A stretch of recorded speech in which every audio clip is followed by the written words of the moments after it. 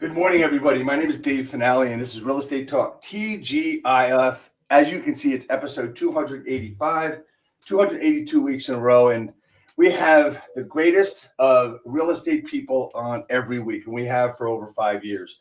It goes from the big names to the small names to the local agent, and now we've got a local agent that is pretty damn big in my eyes, and one of the greats from San Luis Obispo, California, Jay Bond. Hey, man. Hey, brother. Thanks for having me on. Happy Thanksgiving. Hope you have happy Thanksgiving to you. We're going to talk about a lot of different things that are going to help a lot of agents today and in the future. And you know what? Let's just get this party started. Hit it, Nelson. I love it. Real estate agents, are you looking to acquire clients consistently to grow your business and income for a great lifestyle? Well, this is Dave Finale, and I'm here to bring you the Real Estate Skill Builder broadcast, Real Estate Talk TGIF, brought to you by Real Estate Skill Builder and the Modern Agent team. Hello and welcome back again. My name is Dave Finale. I am with the one, the only, the man, the myth, the legend, who I like to call a numbers guy, by the way, Jay Bond. Man, this guy knows his numbers better than most people I have ever seen. And that's, I'm going to ask you about that in a little while. Yeah. But the first thing I start with, Jay, every broadcast is really simple. I ask you one question. The question is, what does TGIF stand for? Thank God it's Friday, bro. TGIF? You're really close, but unfortunately you're not correct. What is it? Thank God it's finale. Right? Gotcha. So I mean, it makes sense, right? My broadcast. Yeah, no. Anyway, man. So again, bro. Thank you so much for coming on, man. Your energy that since I have been involved in this group called the Fast Forward Movement, as well as EXP, has been phenomenal for me to watch and to listen to you. Just come out with like so many gold nuggets on our weekly broadcast. Incidentally, if anybody's interested in that, reach out to me. But Jay, tell me your journey, your story. I mean, you're always you, but you weren't always this where you are in your business now with your team and your group and your whole situation. Is how did you learn and how did you grow? Talk to me about your journey. Yeah, it's just so funny when you get into this business, right?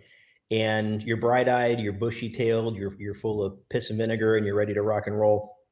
And then you realize, hey, everything I studied, everything, contracts, this and that, you kind of really don't know what you're doing, right? When you get out. Right. And you go to most brokerages, so kind of throw you in a class, have someone kind of instruct you that's never really done it too much themselves, right? And you don't get a lot of clarity on what you're supposed to do. And you don't quite realize, hey, like, I'm in the business of working with people, right? I'm in the business of lead generating. I could be the best contract writer. I could be the best negotiator. I could be all these amazing things, but it means absolutely zero if I don't have people in my pipeline to service, right? To work with. And so everyone really wants to be reluctant and just wants to avoid having to do the heavy lifting type of work, right? Because for our business, it's very outside of your comfort zone, uncomfortable. What are you doing? You're door knocking, you're cold calling, you're networking. You're doing a lot of things that most people really don't want to do, right? Or feel comfortable doing. It's not even just that. It's like, hey, what can I do to get more polished at that, right?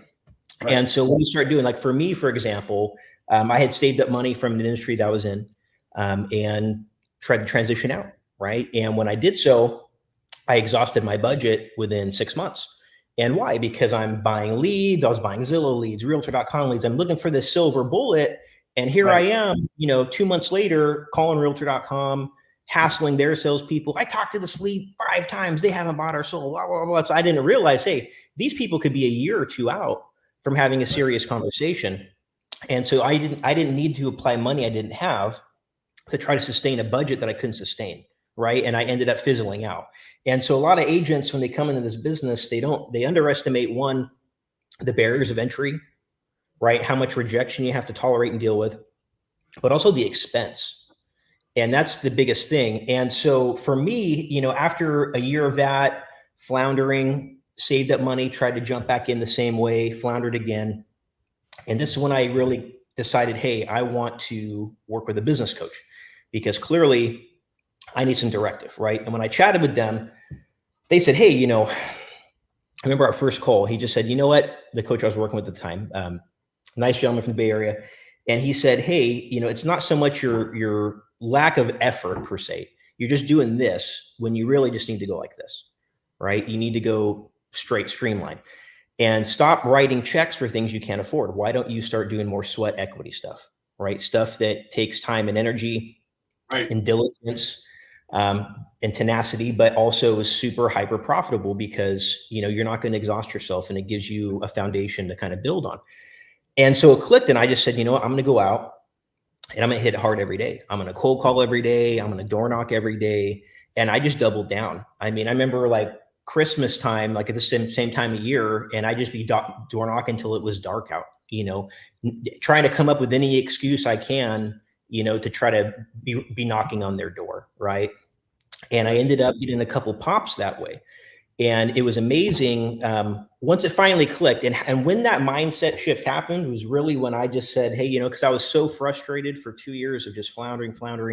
And then finally, when I got rid of expectation and traded it for appreciation, is when I started to gain traction, right? I stopped going out expecting things every day. And I just said, I'm going to put my head down, and I'm going to know wholeheartedly in my mind that I maximized my time that day.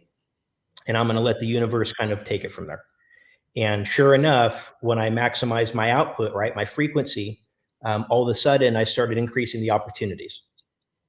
And then it kind of started to snowball from there. And, we've built a business off of that, being a very prospecting forward team. And it's created a lot of, hyper profitability for us, because a lot of teams, and, like I do, not to get into volume or this and that, but most teams are striving for about 20% profitability, which really, in the scope of things and how much effort and money and time and energy, isn't a huge margin, right? And so for us, we've had really high profitability, high profitable years, because of not really paying for much lead gen, and we've been out there every day. And so what I've done consistently last 12 years has just been every day I'm on the phones for at least 2 hours, and that's just new lead gen, right? And then of course there's the back end lead nurture, and I do that very aggressively. And that's probably where I want to say I'm the best. I'm very good at and practiced at scripting, objection handling, all that, right? But I'm even better at the long tail nurture. And so I'm more of a glorified ISA, which has been very profitable for me. Not hugely scalable, but very profitable. And in our small marketplace here, this is a very small second home market. We're not a market where, I'm ever going to get 100 agents and, just manage a team versus being in production. It's too niche, too specialized here. So to that regard, it served me really, really well. It's provided a lot of opportunity for team agents as well, just from getting, of course, bigger pieces of the pie, right? Which has been great, because we all know, a huge press right now in this industry is just the cost per transaction, especially when we're dealing with a lot of referral partners or some of these, heavy hitters in the space that are providing leads. So to answer your question, that's kind of the trajectory that I went on, was really just shifting my focus to appreciating the process. And it's so amazing how that compounds over time just by doing the same simple, disciplined tasks every day, right? And I think a lot of agents struggle with that because they just don't have the accountability. It's like, hey, you can go work 8 hours a day for someone else with a glass ceiling, but you can't work 10 to 12 hours a day for yourself and create, abundance and endless possibilities, right? And it's just, yeah. We talk about the 87% failure rate of new agents over a couple of years, right? And you just said a number of different things that I have been trying to crack the code on, and I don't know if there is a code to crack. I just think it's human nature and human beings is, that agent that you say, this is how you do this. You do this. And you talked about lead generation. It's a business of people, a business of lead generation, and you need to be involved with people to survive. Just to synopsize a little bit of what you said earlier, right? And the thing about the pillars of your business, I look at sphere of influence, FISBOs, expires, all these different things, and these callings and door knocking and circle prospecting as pillars of a business, right? And I think you need to pick a couple of different ones, and start with sphere of influence always. That's always been my deal. But the thing is what is the code to crack? As I started this little talk of mine, What is the code to crack when it comes to, look, this is what you've got to do. How do you get through to a new agent? How did it get through to you? Because you were spinning your wheels and spending money you didn't have. And people, well, I want to do this, and I want to do this. And they see the glorification of things. And it's like, like I said to you before we came on the air, I said, I pound on these people, and some people, I'm not for everybody. I probably can work with 2% of the people out there because I yell at them and I curse at them. So is there a code to crack? Is there something that works? I think so. I don't remember the name of the book, but I just read it recently. I'd have to Google it. It's just slipping the tip of my mind. But Matthew McConaughey's new book, a recent book that he released. If you get a chance to read it, it's interesting. Something that he mentions in there, right? Like, I don't know if you call the film Dazed and Confused. That was kind of like a breakout role for him. And he talks about in the book, he was in that film, got a little bit of success in Hollywood, got a few doors open for him, right? But it wasn't really enough to move the needle, and it wasn't enough to really get him new gigs. And so he was just so desperate, and he's going around, and I don't want to call it like commission breath, but like when agents are newer and they're in their first year, they're so desperate. You can smell it on them from across the street, and it doesn't help them get business. And what happens is they end up getting frustrated, and they end up stop doing the activities because of frustration and burnout that are going to move the needle for them, and they don't do it consistently. And in the book, Matthew McConaughey said the same thing. He was going, just trying to audition, not getting anything. He ends up connecting with very established, manager in Hollywood that ends up kind of mentoring him a little bit, lets him sleep on his couch. And he just told him one day, the manager said, "Hey, dude, Matthew, you just stink. You stink of desperation. Like, go to Europe for a year, go do something, go ride motorcycles across the country, do something, just to get your mind off of it and then kind of revisit things." So he did. He took off, went to Europe, rode motorcycles for a year with friends, came back, had complete clarity and just appreciation, no expectation, just appreciation. And then he just started getting at it, and the doors open. And it's the same thing for me. When you stop coming in with expectations, right? Thinking almost certain levels of entitlement, because people who see other people doing it, they try to get in. They're like, why am I not able to do this? And it's like, well, you haven't even attempted enough to start creating success for yourself. Right. And so just put your head down, grind, have zero expectation, just appreciate the process, and know that every conversation, every no, every experience is going to help improve you and make you better at converting the opportunities that do present themselves, right? And just staying consistent with it. And it's super easy. I mean, this is an extremely difficult business, but at the core of it, that certain elements that move the needle are so simple. And it's just staying consistent. It's like, hey, can I talk to enough people each day? And this would be for new agents. I tell my new agents in our team, hey, your goal should be 20 new conversations a day. You may not hit it because it's aggressive. I was like, but you might get 12, you might get 13. Versus if you set the bar for 10 and you only got 5, well, that's not going to move the needle, right? It's about frequency. How many at-bats can I get, to get through my 50 no's to where I can find that one yes, right? And is that door knocking? Is it an open house? Is it circle dialing, calling FSBOs, whatever it's going to be? But just do it, and do it consistently. And don't get so hung up on the parameters of everything. I've been on stage before, and people in the audience are like, what if I want to call it 8, but I don't, and it's 11 a.m.? I'm like, well, then you fucking call it 11 a.m. Who cares? Not everyone's going to be home at 8 a.m. They might be one day, but they might not be the next day. You don't know. It's not about, you're in a analysis paralysis, right? You don't sit there and overanalyze and just don't do the activities that you need to do. Just pick up the phone and dial, pick up the phone and dial, go knock on the door. You just don't know. But just do it consistent. And just know that as you kind of build, and I always refer to it as a garden, right? Your database is what feeds you every single year, and you got to treat it well, right? If I have a garden and I need to go out and pick vegetables for my garden for my family, am I going to shit in that garden? No, you don't. You maintain it well, right? And your database is the same thing. I'm going to feed it every day. I'm going to nurture everybody in there. Come harvest season, I'm going to see what harvests and what doesn't. Well, shit, I'm going to keep nurturing it until the next season. Right. And sometimes go ahead. I'm sorry.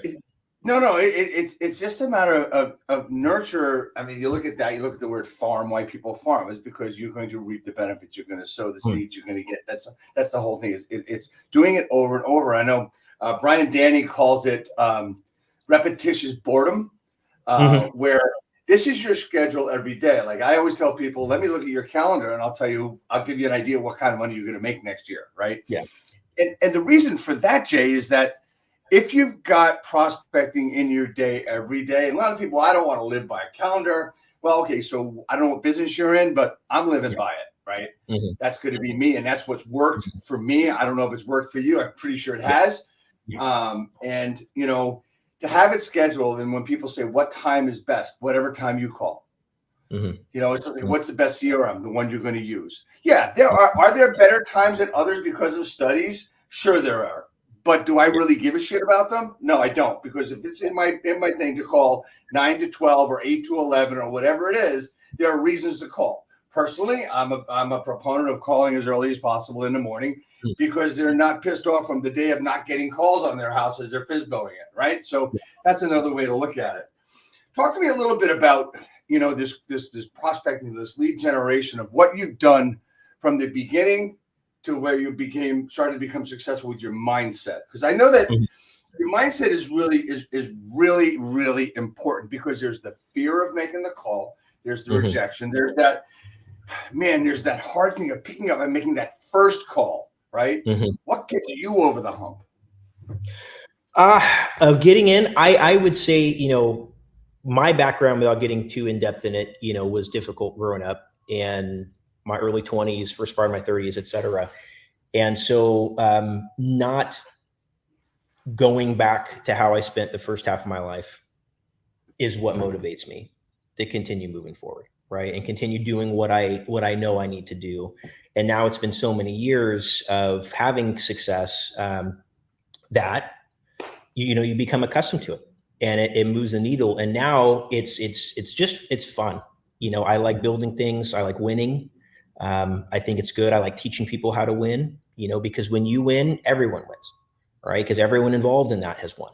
You know, buyer wins, seller wins, other agent wins, you win, you know, and it's important. It's kind of almost intoxicating, you know, to go, and I love it. But for me, it's just it's not taking steps backwards. I always want to be moving forward.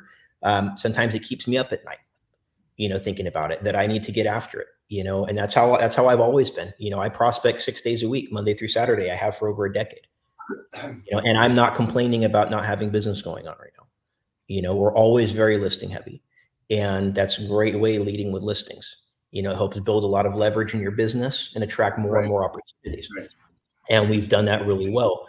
And that's because I wake up every day and get after it. You know, when I travel a lot, you know, I go to a lot of conferences, I speak at a lot of places now, and I'm gone sometimes 2 weeks out of the month, you know, as far as flying out. And when I go to the airports, am I there having a cocktail watching football? No, I'm in a lounge making calls. Why? Because it's what's got me there. You know, you don't stop doing what got you there. You know, people have to realize that. They get lazy. The last 3 years is a perfect example of that. You know, a lot of agents right now, nothing's going on. I'm like, everything is going on. We're busy. We're busy. We're busy as always, you know, and it's because we didn't take a foot off the gas. We never did, you know, and we don't. And why? Because we're not going to be in that position where we're ever floundering. I don't ever want to feel that pain, and it's not going to happen. So you're going to hear the phrase, but, right? So you've not taken your foot off the gas. You've kept going. You've been consistent. You've been persistent. You've been aggressive. And then you're going to have the agent, but I mean, you know, business isn't great out there. But I don't think there's any buts, right? I mean, you do have to work a little harder today than you worked a couple of years ago. Right now, this broadcast is November 24th, day after Thanksgiving, 2023. So there's a market that's really kind of crazy right now. Not much of a market, but it's moving forward. So just to put a timestamp on our conversation, you know, 2021 to, you didn't have to work really hard. If you had the customer, you were able to do something, right? Why is this any different than a normal market to you, Jay?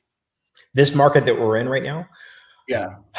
I would call it a normalized or normalizing market, you know, in my mind. And what I mean by that is it's not hugely a seller's market. It's not quite a buyer's market. And there's more negotiating going on and taking place than what we've seen in the last 3 years. And in my mind, you know, prior to that, you know, 2011 to 19, I feel that at least in our marketplace, we were more in a normalized, possibly even more of a buyer's market up until 2020.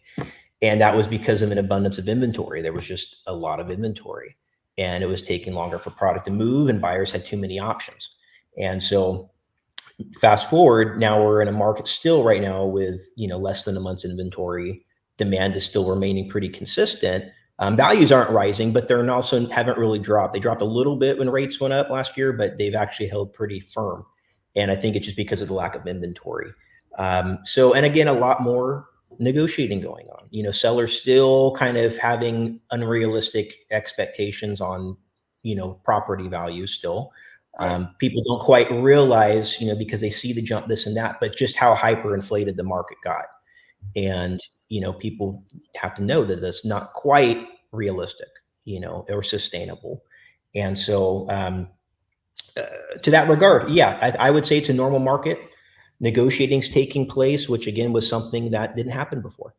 And I think most agents can attest to that, because sellers were like, I want this, this, this, this, and that. And you're like, you can have that and this. Because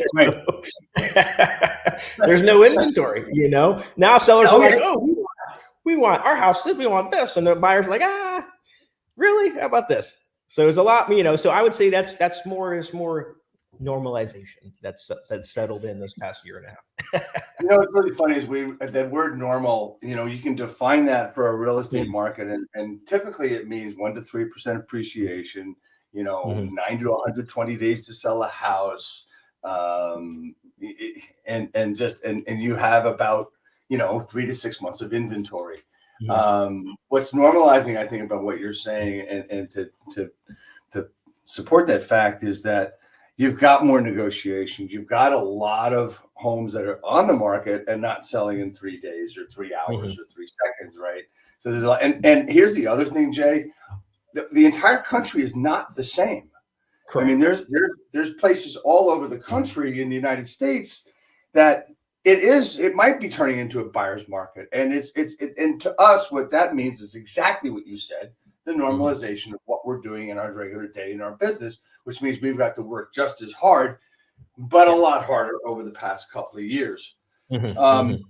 So one of the problems that we've seen in my business and in this area of getting new agents started, Jay, is that we're able to get them to lead generate. We're able to get them to get appointments. We're able to get them to really dial in on scripts and dialogues, but never to make the script the thing. We use it as a guide, right?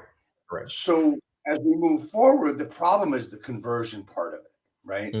So what has been successful for you and your team and everything as far as conversion? And one of the things you say, I want to preface this, back up the question with one of the things you said, I saw you say, was, well, you've got to convert yourself before you can convert others. Yes. Right? That was like, that's so very cool. Talk to me about conversion in that way and others. So starting with converting yourself, or do we want me to? Yeah, you can start there. Yeah, because I think that's really important. And I never looked at it that way. And I just thought that was such a cool line, because you got to convince yourself to a point, right? 100%. And what that is just being polished and knowing your business and your talking points. And I think that's really important, is having that confidence, especially as an early on agent, because everything is newer, right? And you lack that confidence, which sometimes buyers and sellers can pick up on, right? So it's really important just to study your craft and to be polished and just know wholeheartedly, hey, I'm confident about what I'm talking about. Because that's something that I see early on, especially a lot of my agents. They'll come to me and they'll be like, hey, the buyer or the seller said this. And I'm like, that's not right, right? He's like, but they sounded so confident about it. I'm like, well, you can't let them rattle you. You have to be confident about what you're doing and your process, but also confident in yourself. Like I said, in trading, again, expectation for appreciation. And once that mindset shifts, now you're able to comfortably approach people with cool, calm, collective confidence. And that's going to help you move the needle and convert from there, right? And staying consistent with that. And that's super, super important to have that, because and it's so funny, because if it wasn't for the people, this would be a really easy business, but it's not, and it's the truth, but you are. And what I've done really well over the years is just learn how to simplify things for people, both buyer and seller. Simplify process, because one thing I can tell you as an agent, if your client is ever surprised about something, it's your fault, because you didn't set expectations. And that needs to happen every step of the way through the process, whether it's a listing or whether it's a buyer. The more you document that, the more you streamline that process, the easier everything is going to be across the board. And talking to the people and communicating that information. The average age of my client here is between about 65 and 70. We're a second home retirement market. They're a lot older. And what is a trait of people that are typically older, right? They don't like change. They don't like too much information. They like things very simplified. And so we've really kind of compressed all of these huge moving parts that used to be so busy out here into just something like this, to where they know A, B, C, D, and E is going to happen over the next 7 to 10 days. Right. And it makes it so much easier. And then, of course, communicating with them. How do people like to be communicated to? When I talk to people, very rarely, and I say rarely, because every once in a while you might throw out a fact about yourself or this and that. But for the most part, I never talk about how amazing I am. I always talk about them. Right. And what they're doing. And many times what's so funny, how people's normal reaction to most things is doing the thing that's the worst thing that they could do in that situation. Just like a seller. Right. I want to buy a house, but I need to sell my house. But you know what? I don't even want to get it ready until I find that house that I want. Well, that's completely putting the cart in front of the horse. We all know that as agents, right? And we try to coach them on it and pitch it in a way and explain it to where they understand it, right? But even more so, almost to where it's almost like their idea, right? Because they're now on board with it and they've made an executive decision on it. It's not you. Well, Jay, that's all about asking questions and having them understand what they need to do. It's like, for forever when you talk to a coach, and when I hired coaches, was, all right, so you have to get self-discovery questions. When the coach was talking to you, I think some of the best coaches never give you an answer. They just keep asking you questions, right? And it's the same thing with, a seller, a buyer, et cetera. And one of the things that I saw in some of the stuff I looked at with you was, you don't say, and you said you don't say about myself. You don't say I'm this and I'm that. One of the things in your system of doing things, you are actually telling, and correct me if I'm wrong, I saw one place where it says what clients expect from me. And it's not this is what I do, but you tell them what most clients expect from you. Yeah. And I think what you're doing is you're posturing, but you're also putting things into perspective for them and what others had looked at. Does that make sense? And how have you been able to put that all together for the discovery and all that other stuff for your clients? It starts by taking a consultative approach with things. And I really have tried to, and now, and again, things get a lot easier over time, right? When you try to simply just stick in a combustion engine, getting an engine going, right? It takes a lot more inertia and energy to get it going. But once it's going, it can work off of its inertia, right? And the same thing with your business. Once you start establishing a track record, you get 100 plus, past clients that are, that'll happen over time, that say amazing things about you. It helps you get more confident about being a consultant, right? Because I like to work with people who, again, know me, like me, trust me, right? And that's important. And as a consultant, when I go in there, I'm there to diagnose and prescribe, and that's whether you're a buyer or you're a seller. And so really just communicating that early on and giving them the directive, but communicating it in a way where it's benefiting them, right? Because it's just about them, all of the probing, you really have to understand what their motivations are, what they're trying to accomplish. People are ready on their own timelines, and just adhering to all those things and acknowledging it. Because I would, whether I take a listing or anything, when I sit down with these clients, I just let them know, hey, this is about you guys. I'm trying to show you a roadmap as a consultancy to attract offers in the shortest amount of time for your home, right? There's a right way to do things. There's a wrong way to do things. Here's some things to expect and look out for. Here's some things that we see pretty commonly that you want to focus on or not focus on. right? And then go.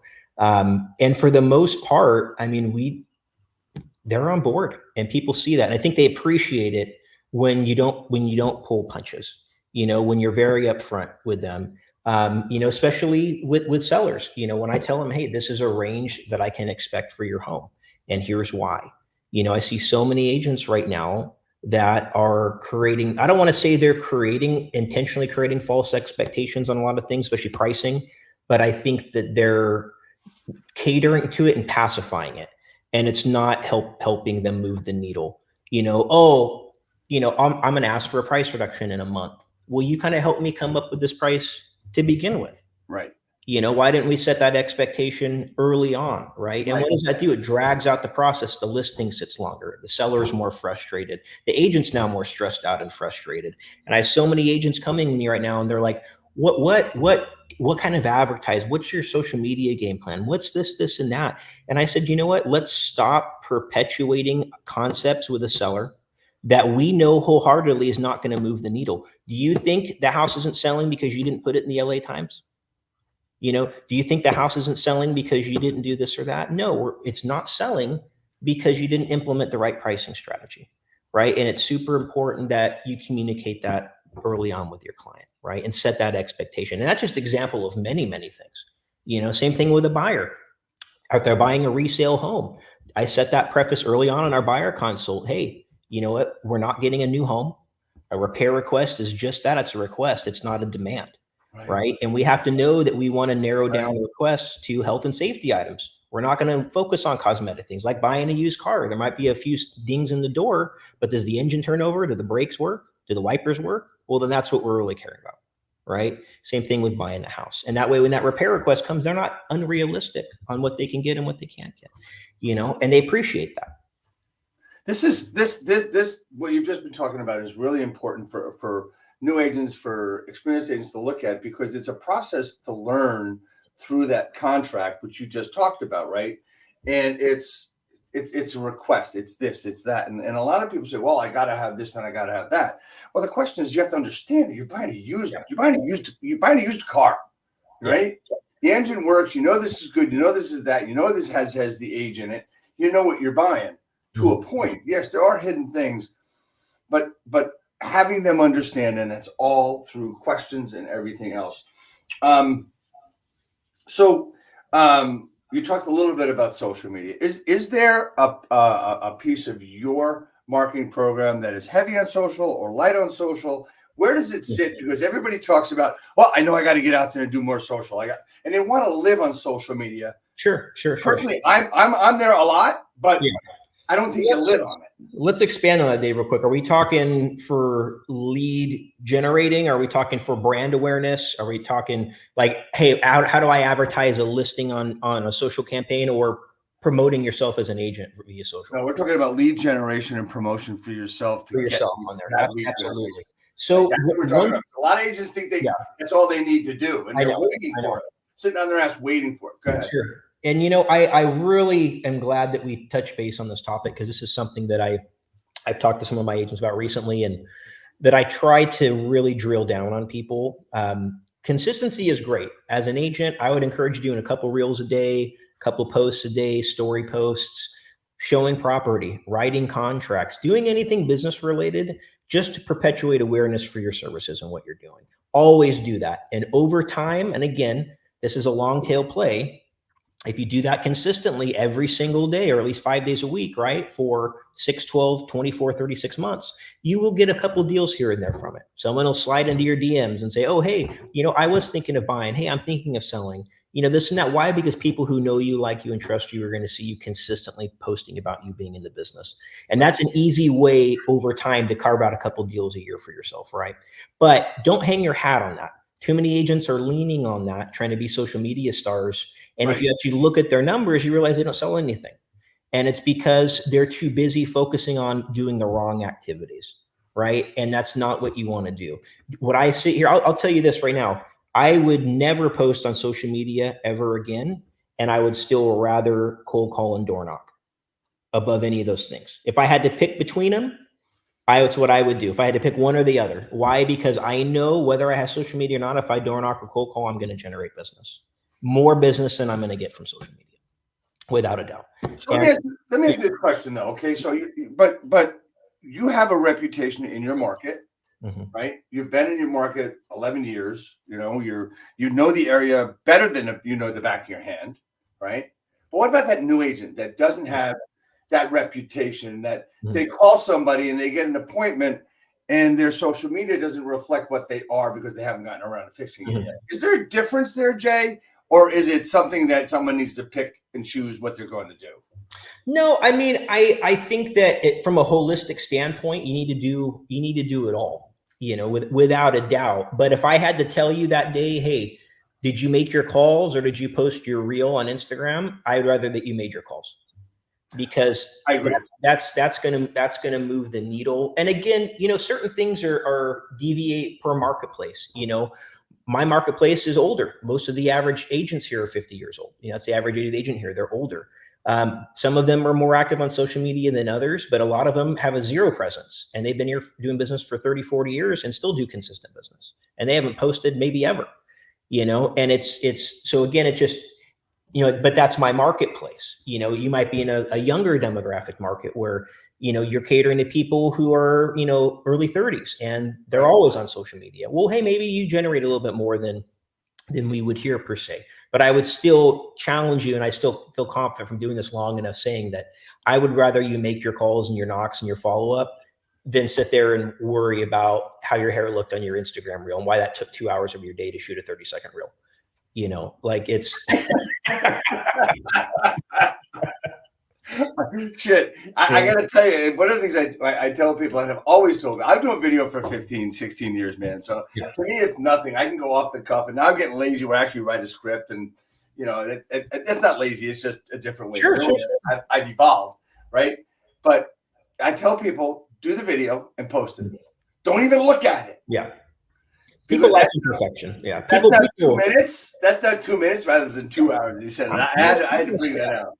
And what's funny too about social media is like you want some business seasoned in there, right? But for the most part, they'd rather see you walking your dog or going to Starbucks or at your kid's baseball game or other personal things at home, you being stupid, doing them. Like, people actually like that more, right? And that's why like reality TV popped off like it did, and why people get so obsessed with it, because that's what's entertaining and what people like and what gets follows. And a lot of people get business from that, whether they do business or not, or even if they're good, because of that. So don't, again, sprinkle some business in, but I would say keep it more personal, when you're going to do that, which is a real challenge. That's a challenge for me, like our social media, like we post regularly, but most of it is like I barf real estate all over you all the time, because that's what we do. Like, personally, and why that is because, at my day, it's not much reality TV. If you want to see me on the phone for 6 hours, because that's what I do every fucking day. So I was like, that's not super entertaining, but it moves the needle for me. And I would rather do that than try to be a social media star. Well, yeah, I want to throw that. You use the phrase reality TV, and look, this thing here, it's a TV. It's another word for TV. So that, your mobile device, your iPad, your computer screen, it's another word for TV. And they want to see you. You said they'd rather see you walking your dog than telling them how great you are in real estate, or showing them a listing is important. Yeah.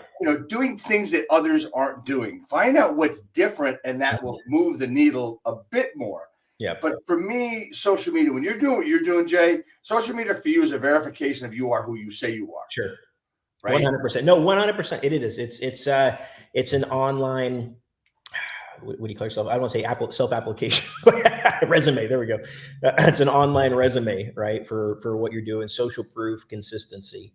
And it all ties in together, your Zillow, your Google, Google reviews, everything, So one of the things I said in our promo, and I said in the beginning, is you're I consider you a numbers guy. You know your numbers. I've seen you show numbers of listings you're looking at and what you think you can sell them for and everything else. And you've had a lot of success there with going into seeing a home that did not sell and then getting more for what it was listed. What is the process that you go through, knowing, let's talk about those numbers in the market first. Sure. What is your path? What is your process? 100%. So I've really streamlined and documented this really, really well. on pricing strategy, and I was, if you know Becky Garcia, I was speaking to her office last week in Phoenix area. And that was a point that I had really drilled home with a lot of the agents there. And again, it's like, hey, when I go to a listing appointment, my master's degree is in marketing. We front load our presentation with all the advertising that we're doing. And we actually line item it in our presentation and I recite every single line so the client knows, wow, these guys are doing a lot of advertising, right? So there's never a question of marketing. But I don't go in there and try to position myself as the best marketer. I'm not going to win your listing as the best marketer. And we all have to stop doing that as agents, as listing agents, because then what we do is we set ourselves up to get pigeonholed when the house isn't moving because of price, that it's because of marketing or because that magic unicorn buyer just didn't surface because we're not advertised on this website. Right. Or, we're not on, the shopping carts at Vaughn's. You know what I mean? Like whatever that seller construes in their mind is every single reason they can think of the house isn't selling. Right? Because that's what they do. Why can't you go into a listing appointment and not win it by being the best marketer, by being the best negotiator and strategist? Right? And that's what I try to emphasize. And that's what we document really well. And every single listing sale, we document on a spreadsheet from our MLS. And I do that one for social proof for the client that our strategy works. But I also curate it because we deal with a huge array of property types here and all different cities and price ranges. And I've really documented it well to where when they can see, hey, this works for every property type. It works for every community, every city, every price point, et cetera, et cetera. And what it is appropriate marketing and strategy with price. Now, our average days on market for current market conditions is about 88 days right now. Deviate here and there. Ours for my listings is about 7 days, and we're fetching market value still, and maybe in some instances a smidge over. And how we're accomplishing that is by aggressively pricing. When you look attractive, because this worked even 2 or 3 years ago when we were at the height of the market, homes were selling themselves. I would feel confident saying I was carving out at least 5% more from my sellers than what their neighbor's house sold for. Right. And that was by pricing anywhere from 15 to 20% under comparable sales, meaning market value. And it sounds spooky to a seller because they're like, wow, it sounds counterintuitive to them because they're like, why when I want 750, would I price it 680? And I'm like, well, here's why, because I can not only get you that 750, but I might get you 760 if we start at 680. Why? Because when I attract 5 offers versus 1, they're going to compete a whole lot more, right? Even in current market conditions. We put 2 listings on just in the last few days, and they've both gone under contract within 5 to 7 days. Multiple offer situations and in the market value range that similar product has been selling for, right? Whereas other homes of similar size and amenity are selling for in 80 to 90 days. We're getting the same price in 5 to 7. And so it's still working right now, and we're documenting it since last year and this year. We've documented every single listing sale. Yep. And so now when I go in as a consultant, I'm going to be honest. I don't take listings that don't follow directive on me. Why? Because again, I'm an established broker. I have a huge track record of selling hundreds of homes here. And I have the data to show that my approach works for all property types. And if you can't follow that, then I will tip my hat to you and refer you out to other agents who want to entertain that for a few reasons. One, I'm not going to sit here and let's how do I put this? I don't want to sit here and be fighting an uphill battle. I don't want to sit there and struggle with you for the next 4 to 6 months because your house isn't moving. Have you grilling me every week, wanting, people constantly through your house for months at a time, open houses, and then reaching, thinking that it's all this marketing and that's why it's not selling and this and that. I'm not going to go through that stress. Some other agent can deal with that because I'll sell 20 other homes during the time you sat with that one seller who's being difficult, and I will sell those homes in a week, right? For people who want to follow directive. And I have that luxury because one, I prospect every day. So there's 2 things I want to bring up with this discussion. Does commission come into play along with the 680 as opposed to the 750, meaning more commission, more eyeballs because more realtors? I'm not getting into the current state of affairs with all this other stuff, and I'm not meaning that. What I'm meaning is if you said, okay, well, we're gonna give out a higher number to get more people to look at it because of that. Would that play a role in your process and in your directive? So as far as our fee structure, as far as the return for the client at the end of the day? Yeah. No, I mean, we have our flat fee commissions, you know, and it usually deviates based on how much investment they want for the property with regard to staging, et cetera, Okay. advertising. But it's within a firm national range.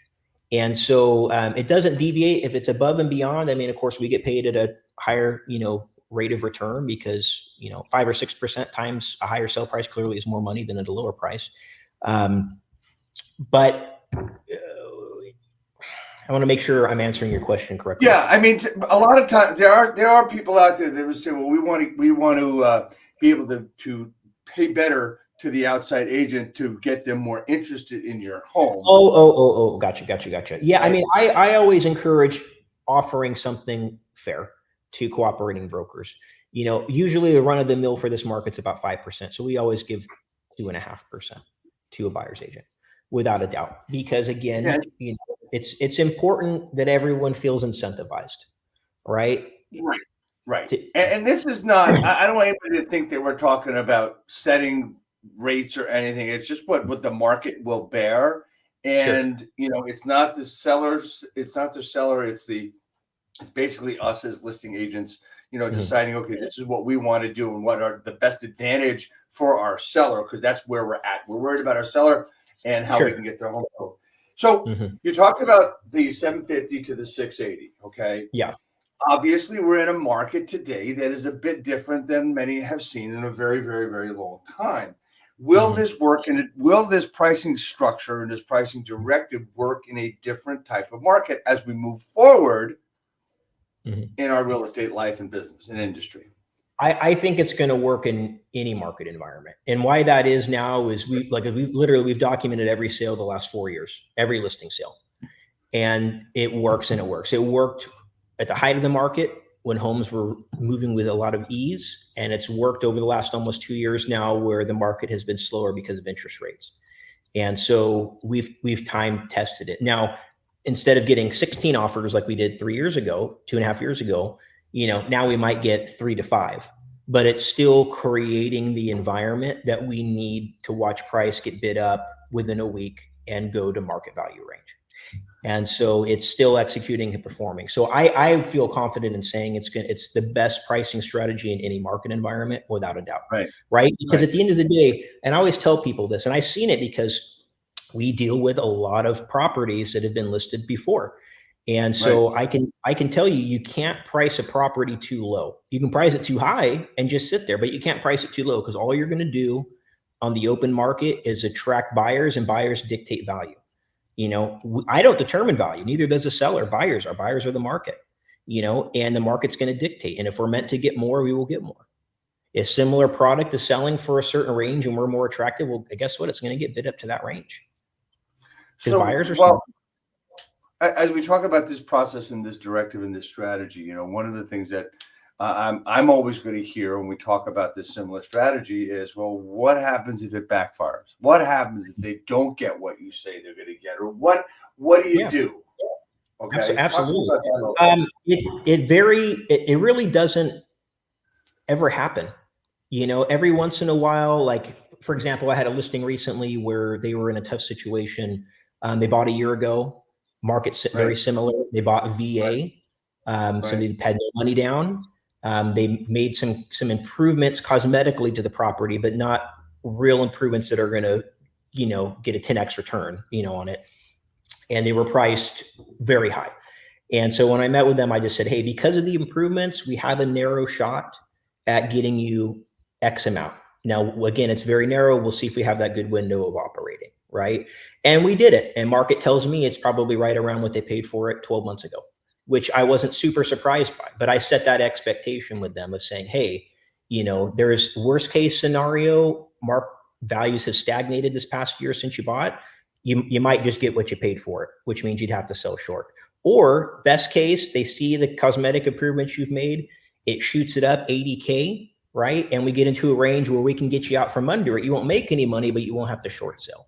right? And that was just kind of the perfect storm for them because, again, they bought when values have stagnated and they also had no money down. So they had zero skin in the game, really, right?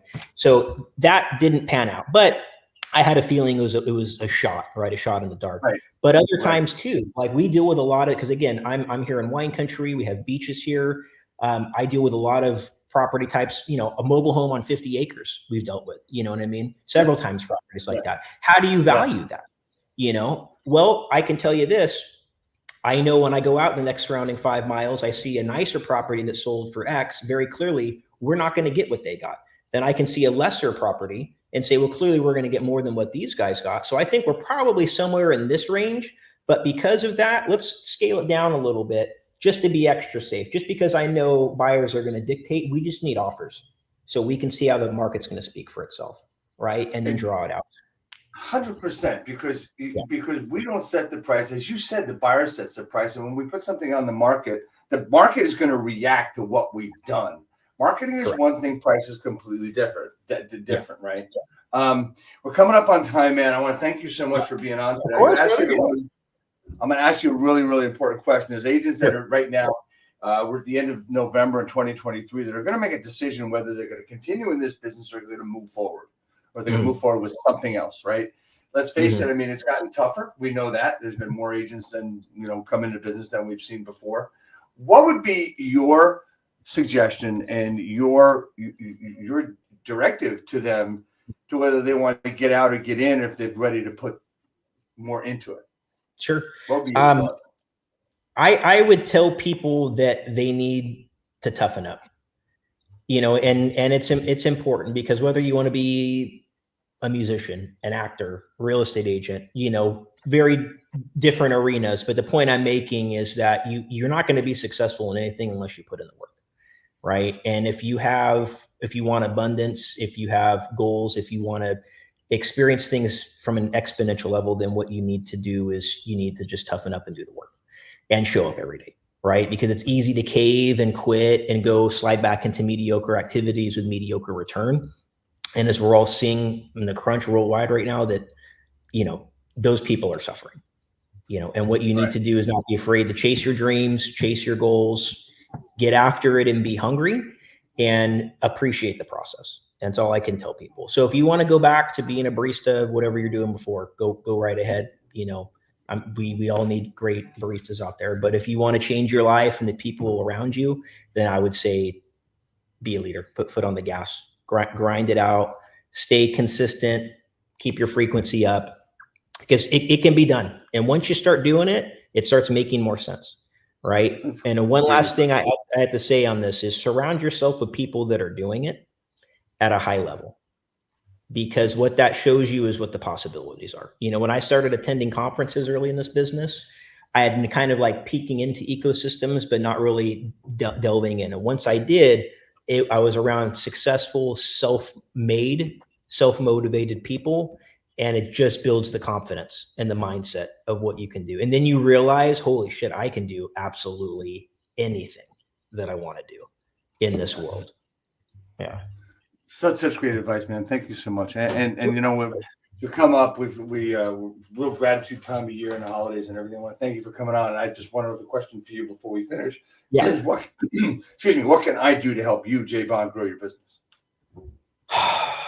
Appreciate that, man. Well, first I was hoping I'd get a hat. All right. Well, here it is. That's coming.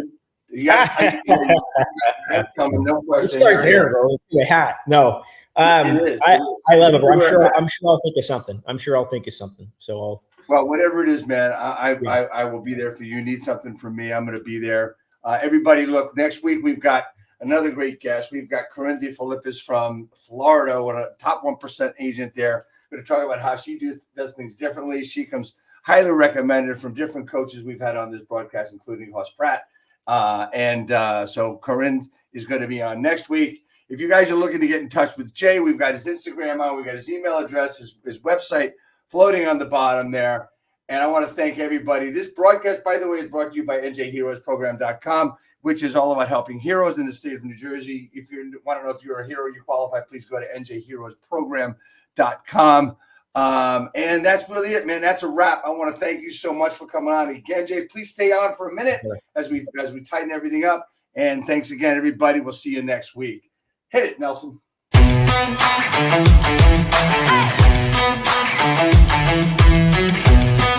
Hey!